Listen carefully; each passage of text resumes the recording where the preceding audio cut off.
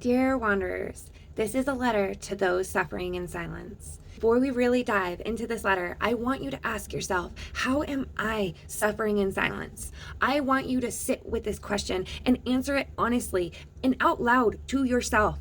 Far too many of us suffer in silence. Now, for some of us, we can easily recognize that we are or have been suffering in silence for way too long, whether it was self-induced or at the hands of another. Why do we suffer in silence? Well, there are many factors. The biggest one out there being fear. Some of us may have had our voices silenced at a young age. This generally was because those that were supposed to be taking care of us were the ones that were inflicting the pain and the trauma. We were also silenced because we were told no one would believe us. That is fear-induced silencing from the hands of another person.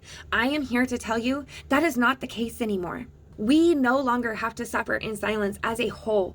We have the power to gain our own voices back and stop being silenced at the hands that is not our own. When we silence ourselves, we are not only taking that power away from ourselves, but we are not able to speak our side of the story or our truths, which means we are allowing others to control us and dictate our story while our voice is being silenced. So we are then giving permission to those toxic cycles to keep rotating through generations of ancestors. We will keep passing those toxic cycles down from generations to come if we do not make that step and stop suffering in silence. So start peeling those layers back to see why you feel the need to suffer in silence. You will find that when you start making those moves to stop suffering in silence, as scary as it may seem, you'll find others who walk a similar path to you who are also suffering that same silence. The more you release in your journey, the less that you have to suffer in silence with. You won't have to push those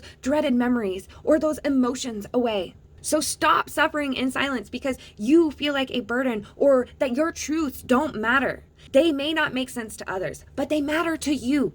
So break those cycles and stop suffering in silence. You deserve to be happy and to find the joy in the little things. Stop living in fear based off of other people's opinions of you.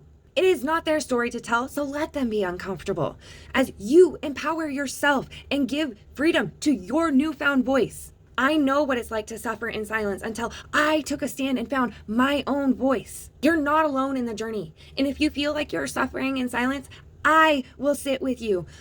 So you are not suffering alone. I will be there when you say you are ready to break that silence and take the next step forward. I hear you and I hear your journey. With love, Birdie Lee.